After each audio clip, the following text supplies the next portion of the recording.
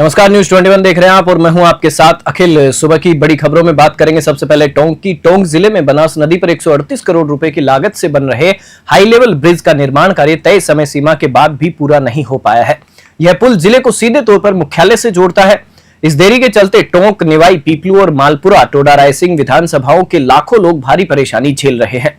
इसका सीधा असर विधायक सचिन पायलट की छवि पर पड़ रहा है। निर्माण की जिम्मेदारी आरके ज्योति बिल्डर्स कंपनी को दी गई थी, जिसे मई 2025 तक काम पूरा करके सौंपना था। हालांकि निर्माण में लगातार देरी हो रही है और अभी तक कोई निश्चित तारीख सामने नहीं आई है। इस समस्या के कारण लोगों में आक्रोश बढ़ता जा रहा है। टोंक से ब्रिजेश परेडवाल की स्पेशल रिपोर्ट।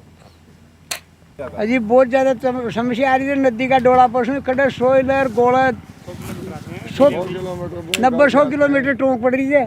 कितना परेशान है। या पब्लिक पैदल यात्रा भी आधी उधर खड़े है, आधी पब्लिक को फाजो माल जमा करा रहा है ना बाहर। डिलीवरी को काम हो तो बहुत, अरे बाहर वो डिलीवरी लुगाई भी खड़ी तो कितनी परेशानी है। वाली बंदी है, इसको देखो मोटरसाइकिल लेके जाना पड़ रहा है, बैंकर पेन हो रहा है, उसके बाद गाड़ी उधर खड़ी करना पड़ रहा है। खड़ी कर दिया, मतलब इमरजेंसी वाले को नहीं निकलने दे रहे।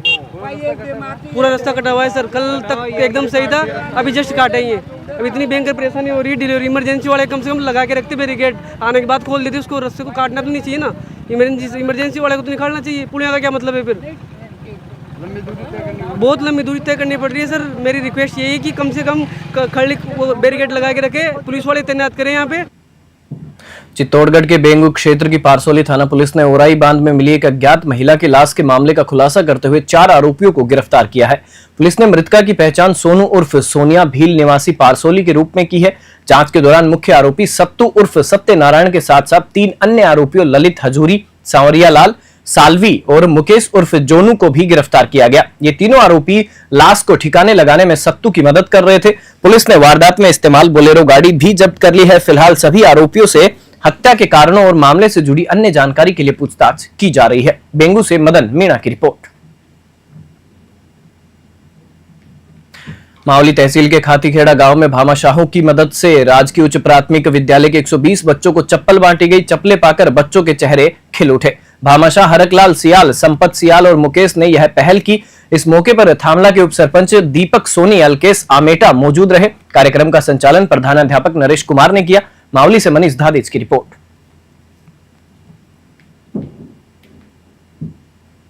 एनसीईआरटी की कक्षा 8 की इतिहास की किताब में दर्शाए गए एक मानचित्र पर नाथद्वारा विधायक विश्वराज सिंह मेवाड़ ने कड़ी आपत्ति जताई है। यह मानचित्र एनसीईआरटी की कक्षा 8 की इतिहास की किताब भाग 1 इकाई 3 पृष्ठ संख्या 71 में है, जिसमें मेवाड़ को मराठा साम्राज्य का हिस्सा दिखाया गया है।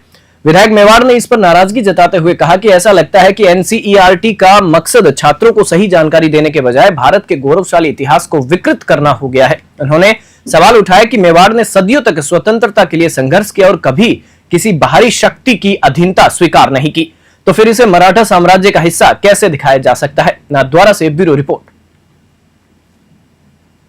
शायद आपको जानकारी होगी कि एनसीईआरटी ने 8वीं कक्षा के लिए एक किताब प्रकाशित की है, जिसमें मराठा साम्राज्य का नक्शा बनाया गया है। और यह एक अचंभे की बात है कि उन्होंने मेवाड़ को और राजस्थान को मराठा एम्पायर का एक भाग माना है। हम सभी को पता है कि भारत के इतिहास में राजस्थान का क्या योगदान रहा है। कभी तो राजस्थान और मेवाड़ को मुगलों के अधीन, कभी अंग्रेज़ों के अधीन और अब मराठों के अधीन बताना, यह तो एक बहुत ही बड़ी गलती है।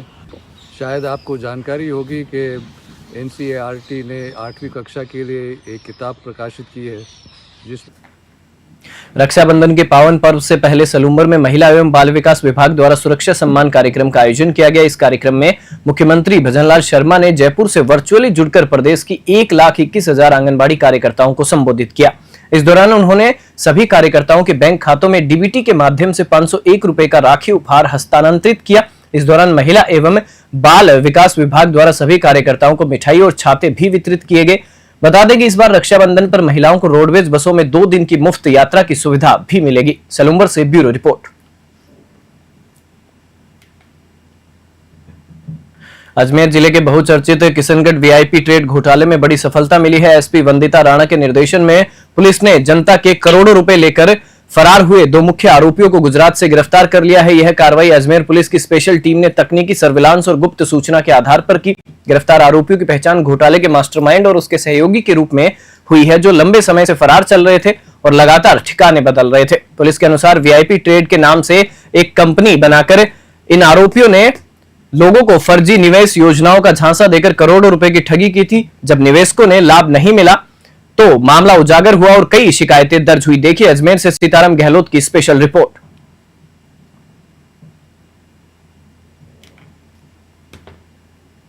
आप में से कई लोगों को पता होगा, पिछले समय में किशनगढ़ एरिया में एक वीआईपी ट्रेड करके फर्जी जो कंपनी होती है, जो मल्टी लेवल मार्केटिंग टाइप की कंपनी होती है, मल्टी लेवल मार्केटिंग टाइप की नहीं बल्कि ये मल्टी लेवल इन्वेस्टमेंट टाइप की जो कंपनी थी, इसने काफ़ी सारे आमजन से पैसे इकट्ठे किए और पैसे इकट्ठे करके जो इसके फाउंडर्स थे वो यहाँ से भाग गए थे।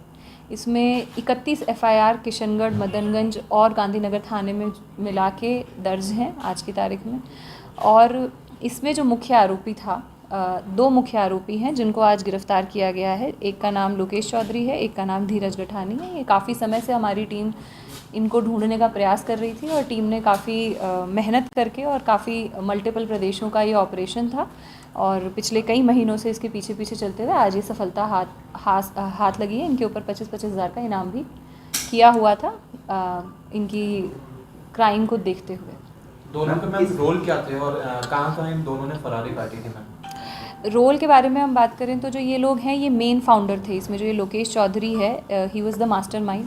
इन लोगों ने कंपनी बनाई जिसका नाम वीआईपी ट्रेड रखा। तो पहली चीज़ तो ये है कि एक्चुअली कोई कंपनी है नहीं, ये पूरी तरीके से एक फ्रॉड, इन्होंने एक छलावा क्रिएट किया। वीआईपी ट्रेड नाम की कोई कंपनी कहीं पर जेन्युइनली रजिस्टर्ड नहीं है।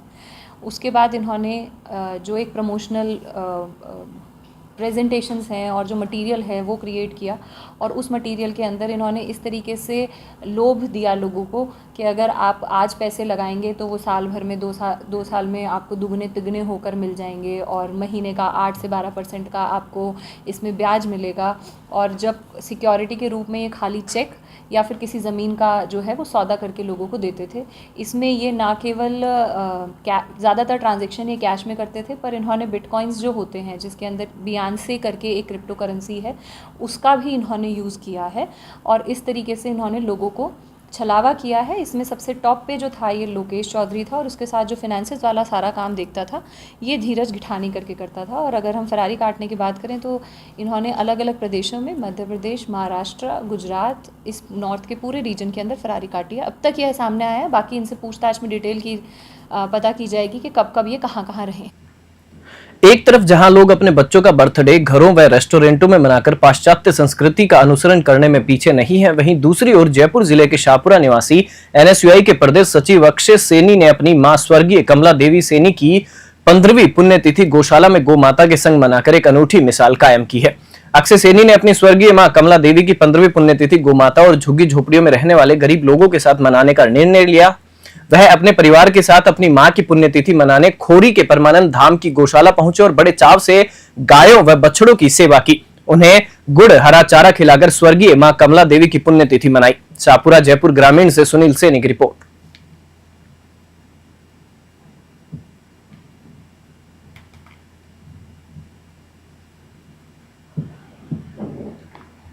रामदेवरा जाने वाले पैदल यात्रियों की सेवा के लिए बालोतरा के सिवाना फाटा पर निःशुल्क राम रसोड़ा यानी कि भोजनशाला का शुभारंभ किया गया। यह सेवा बाबा रामदेव श्रद्धालु लंगर सेवा समिति द्वारा शुरू की गई है।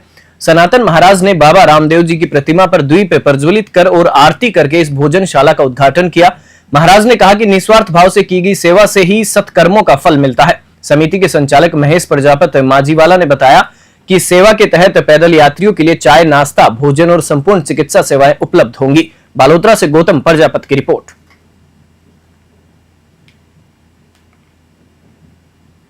बहनों का सुरक्षा सम्मान पर्व अभियान के तहत दौसा में मंगलवार को आंगनबाड़ी कार्यकर्ताओं को सम्मानित किया गया। जिला परिषद सभागार में आयोजित जिला स्तरीय कार्यक्रम में जिले की 1700 महिला मानदेय कर्मियों के खाते में 501 की राशि सीधे हस्तांतरित की गई। आपको बता दें कि इसके अलावा उन्हें उपहार के तौर पर एक छाता और मिठाई भी वितरित की गई। जयपुर में आयोजित राज्य स्तरीय कार्यक्रम में से मुख्यमंत्री भजनलाल शर्मा वीडियो कॉन्फ्रेंसिंग के जरिए जुड़े, जिसका सीधा प्रसारण दौसा में देखा गया। दौसा से अश्विनी जांगिड़ की रिपोर्ट।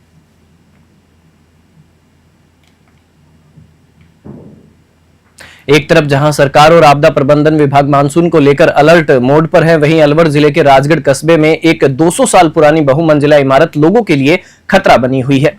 कस्बे के बीच स्थित पंडित भवानी साय राजकीय बालिका उच्च माध्यमिक विद्यालय की यह पुरानी इमारत देखरेख के अभाव में जर्जर हो चुकी है। स्थानीय लोगों ने बताया कि लगातार हो रही बारिश के कारण बीती रात इमारत के पिछले हिस्से से बड़े बड़े पत्थर गिरना शुरू हो गए हैं। यह भवन शहर के बीचों बीच है, जिसके आसपास कई घर और दुकानें हैं। पत्थरों के गिरने से आसपास के घरों में रहने वाले लोग दहशत में आ गए हैं। आवासीय मकानों में रहने वाले लोगों का कहना है कि उन्होंने इस खतरनाक स्थिति के बारे में प्रशासन, शिक्षा विभाग और आपदा प्रबंधन को कई बार सूचित किया है, लेकिन कोई कार्रवाई नहीं हुई है। राजगढ़ से अखिलेश वशिष्ठ की ग्राउंड रिपोर्ट।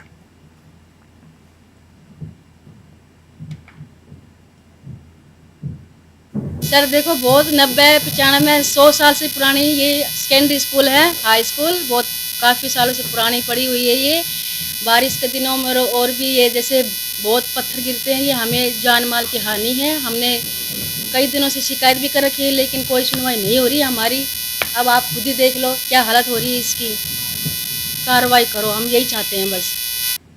सर देखो, बहुत 90, 95, 100 साल से पुरानी ये सेकेंडरी स्कूल है, हाई स्कूल, बहुत काफ़ी सालों से पुरानी पड़ी हुई है। ये श्री विजयनगर क्षेत्र में स्थित स्टेट हाईवे 94 पर बीती रात एक भीषण सड़क हादसा हुआ। एक तेज रफ्तार कार ने ट्रैक्टर ट्रॉली को टक्कर मार दी, जिससे कार में सवार 20 वर्षीय समीर की मौके पर ही दर्दनाक मृत्यु हो गई। इस हादसे में कार में सवार 2 अन्य लोग गंभीर रूप से घायल हो गए। घायलों को इलाज के लिए नजदीकी अस्पताल पहुंचाया गया। पुलिस ने मामला दर्ज कर जांच शुरू कर दी है। श्री विजयनगर से जय किशन की रिपोर्ट।